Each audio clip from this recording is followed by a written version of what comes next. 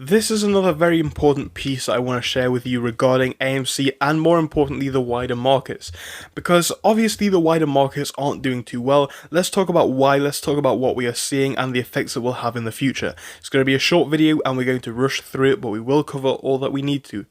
It's been reposted on Reddit by the user The Dead Monument, I believe it is. Yeah, The Dead Monument, who posted this. And it's coming from Suzanne Trimbath, PhD. You can see the ad for that over there. Now it says bad to worse. For the year end of 2007, we looked at the NSCC having a clearing fund of 4.9 billion to backstop 7.5 billion in open positions. So we get how that works. Now coming into the year end of 21, NSCC, we're looking at the same thing here, having a figure which is a clearing fund of 26 billion, 26.2, and that's to backstop 185 billion.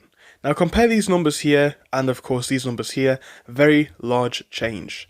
Now the second part of it is coming down here from the same individual after acknowledging the mortal hazard problem. P107 House GameStop report sets the stage for routine broker bailouts because the DTCC is systematically important enough for a bailout, so it says. So what do we think to that, guys? But it is a little bit of an indication of what's going on in the generalized market. And that was of course a report from, or at least some data from, the late part of 2021 into the early part of 2022. Now we're certainly into the mid part of 2022 now. Obviously it's just gone July. So coming late into the year, do you think those numbers haven't changed? I personally think they have. And that's only half of the story. It's an important thing, but think about that and then combine it with all of the other things that we're seeing, both specifically to AMC, but also in the wider market. Stuff like margin calls, stuff like failure to delivers, all of this sort of stuff is going to add up in the long term.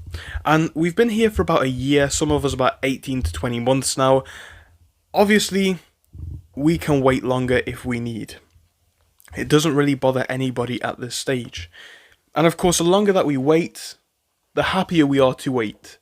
Because we are so convicted in this, and the longer that we are here, the less likely we are to sell. If we didn't do it in week 1, week 2, month 1, month 2, year 1, year 2, what makes them think we're going to do it anytime soon? So I hope that was a short and informational video for you guys. If it was, smash a like and subscribe. But that's it for now. Goodbye.